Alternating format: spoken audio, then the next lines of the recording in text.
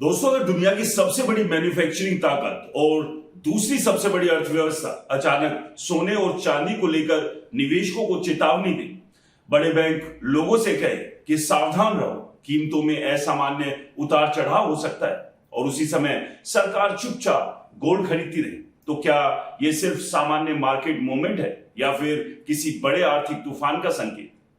दोस्तों, आज दुनिया भर के निवेशक एक सवाल पूछे, क्या सोने चांदी में अचानक आई हलचल आने वाले ग्लोबल फाइनेंशियल क्राइसिस का संकेत? और सबसे बड़ा सवाल, क्या भारत भी उसी रास्ते पर बढ़ रहा है जिस रास्ते पर कभी अमेरिका चलता था और 2008 जैसा क्रैश हुआ था?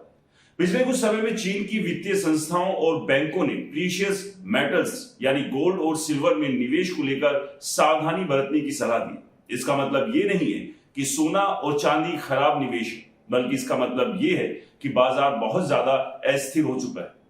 चीन जैसे देश आमतौर पर ऐसी चेतावनी तभी देते हैं जब मार्केट में असामान्य गतिविधियां हो रही है। चीन दुनिया का सबसे बड़ा गोल्ड कंज्यूमर है, इंडस्ट्रियल सिल्वर यूजर माना जाता है, इसलिए वहां की गतिविधियां पूरे ग्लोबल मार्केट को प्रभावित करती है। जब चीन सावधान करता है तो दुनिया के बड़े निवेशक भी अलर्ट हो जाते हैं। सबसे दिलचस्प बात यह है कि चीन एक तरफ निवेशकों को सावधान रहने को कह रहा है और दूसरी तरफ लगातार गोल्ड रिजर्व बढ़ा रहा है। चीन की सेंट्रल बैंक पिछले कई सालों से लगातार सोना खरीद रहे हैं। इसका मतलब यह समझा जाता है कि बड़े देश अपनी करेंसी सिस्टम पर जोखिम देख रहे हैं और इसलिए गोल्ड को सुरक्षा कवच की तरह जमा कर रहे हैं। इतिहास बताता है कि जब भी देशों को भविष्य को लेकर अनिश्चितता महसूस होती है तो वो सोना खरीदना शुरू कर देते हैं।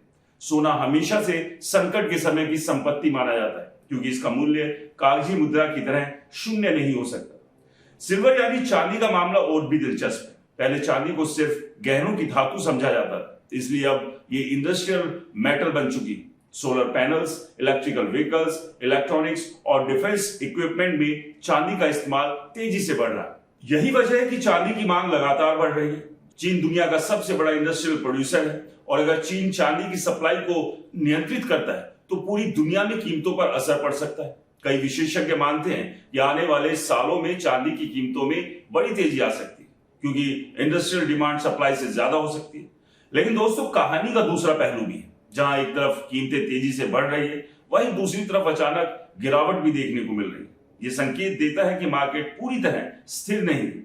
कई बार बड़े निवेशक अचानक सेलिंग करते हैं जिससे कीमतें गिर जाती हैं और छोटे निवेशक फंस जाते हैं। इस तरह का पैटर्न अक्सर उस समय देखने को मिलता है जब मार्केट में स्पेकुलेशन ज्यादा हो जाता है।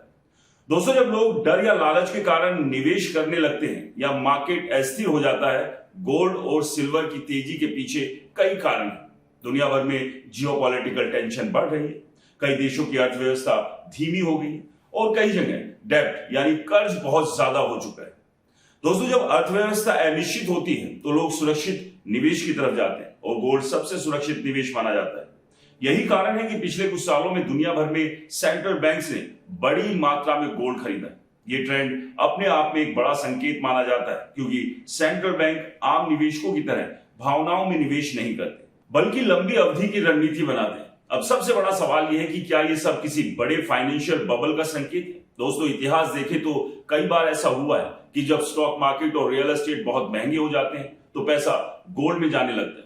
2008 के ग्लोबल फाइनेंशियल क्राइसिस से पहले भी गोल्ड की कीमतों में तेजी आई थी और उसके बाद स्टॉक मार्केट क्रैश हुआ था।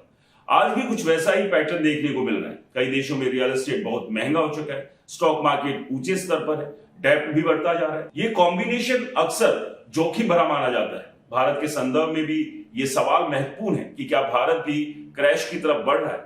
भारत की अर्थव्यवस्था तेजी से बढ़ रही है और इसे दुनिया की सबसे तेजी से बढ़ती अर्थव्यवस्थाओं में गिना जाता है, लेकिन इसके साथ कुछ जोखिम भी मौजूद है। कई बड़े शहरों में रियल एस्टेट की कीमतें बहुत तेजी से बढ़ रही हैं और आम लोगों के लिए घर खरीदना मुश्किल होता जा रहा है। स्टॉक मार्केट भी कई बार रिकॉर्ड स्तर पर पहुंच जाता है जिससे ओवर वैल्यूएशन की चर्चा होती रहती है।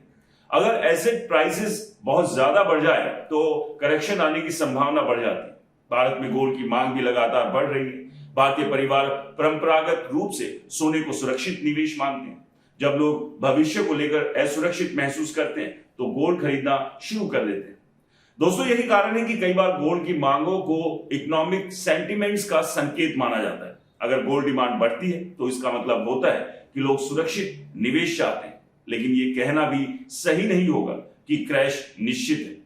हर तेजी के बाद क्रैश आए ऐसा जरूरी नहीं होता। कई बार मार्केट लंबे समय तक स्थिर भी रह सकता है।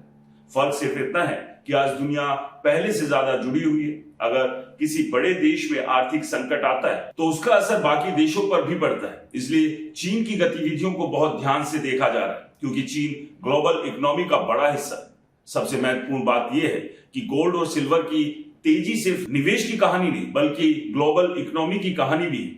दोस्तों, जब सोना तेजी से बढ़ता है तो अक्सर इसका मतलब होता है कि दुनिया में अनिश्चितता बढ़ रही है। जब सेंट्रल बैंक्स गोल्ड खरीदते हैं तो इसका मतलब होता है कि वो भविष्य के जोखिम को देख रहे हैं। और जब चीन जैसे देश निवेशकों को सावधान रहने को कहते हैं तो इसका मतलब होता है कि मार्केट सामान्य स्थिति में नहीं है।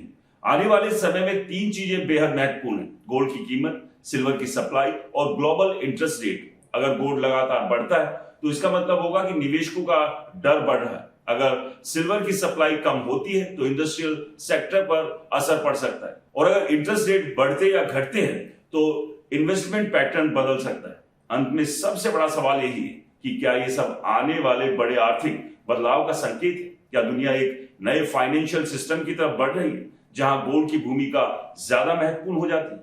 क्या सिल्वर इंडस्ट्रियल मेटल के रूप में नई ऊंचाइयों पर जाएगा? और क्या भारत भी उस ग्लोबल साइकिल का हिस्सा बनेगा जिसमें कभी तेजी आती है और कभी क्रैश? सच क्या होगा ये भविष्य बताएगा। लेकिन दोस्तों, इतना जरूर है कि सोने चांदी की कहानी सिर्फ कीमतों की कहानी नहीं, बल्कि दुनिया की अर्थव्यवस्था की दिशा बताने वाली कहानी। अभी संकेत यही है कि मार्केट सामान्य नहीं है और निवेशकों को बहुत सोच समझकर फैसला लेना होगा। तो दोस्तों, आपकी क्या राय है कि आने वाले समय में सोना और चांदी नीचे जाएंगे या फिर एक बार और तेजी देखने को मिलेगी? हमें कमेंट्स में जरूर बताएं। वीडियो पसंद आया हो तो इसे लाइक करें, शेयर करें। हमारे चैनल को सब्सक्राइब और फॉलो करना बिल्कुल ना भूलें। और हाँ दोस्तों, ये वीडियो सिर्फ जानकारी के लिए है, यहाँ निवेश की सलाह बिल्कुल भी नहीं है। तो इसलिए जहां भी आप इन्वेस्टमेंट करें सोच समझ के करें, क्योंकि मार्केट में उतार चढ़ाव लगातार बना हुआ है।